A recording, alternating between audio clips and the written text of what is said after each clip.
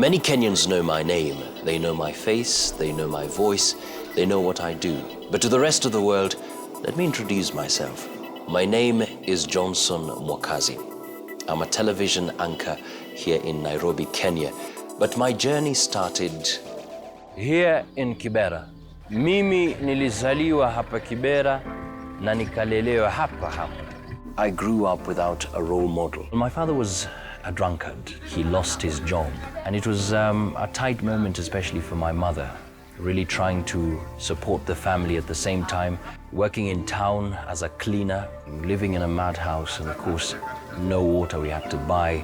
Just once a week, you take a bath once a week. When it came to washrooms or toilets, we had to go round.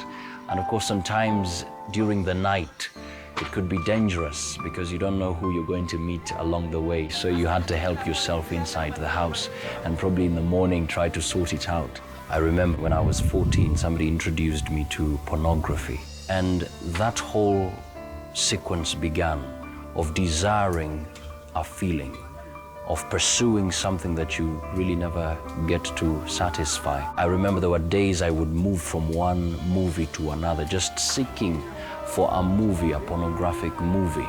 And it totally disoriented my thoughts or my understanding of really my worth.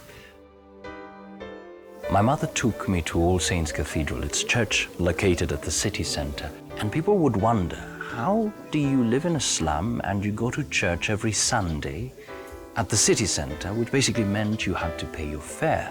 But when I went there, I was challenged. And I came to realize that there was a different world out there, not just Kibera for me.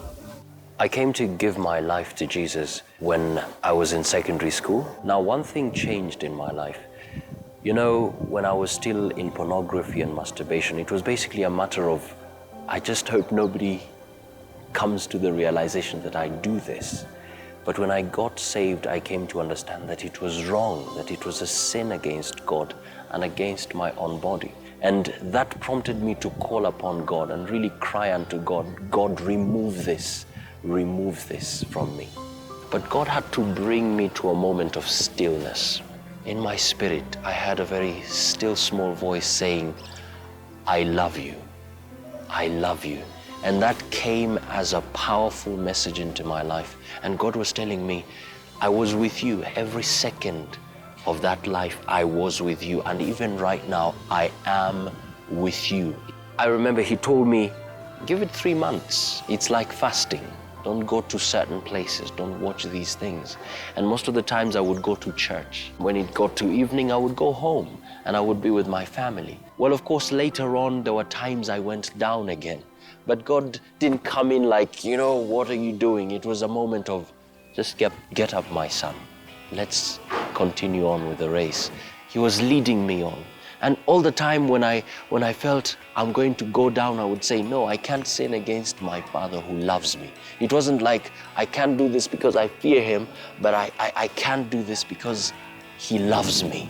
There was this particular time I remember I was walking and I heard people making cheerful noises. And when I went there, I realized it was a theater group, Kibera Community Youth Program. And so I joined it.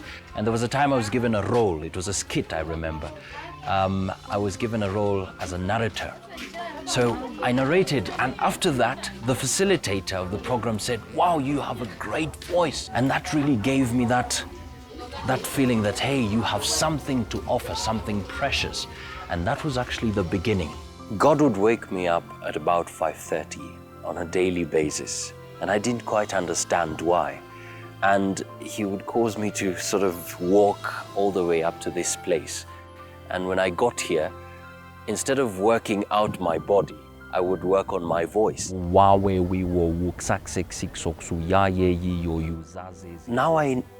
I've come to realize that it was really that process of fashioning me because he knew where he was taking me.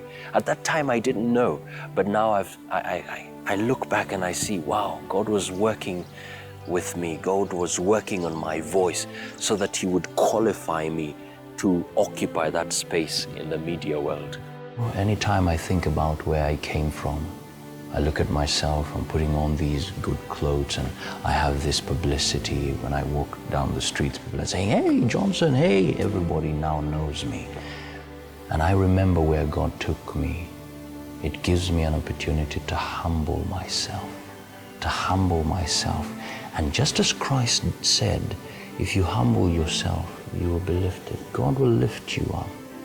That opportunity to humble myself, God uses to teach me his ways.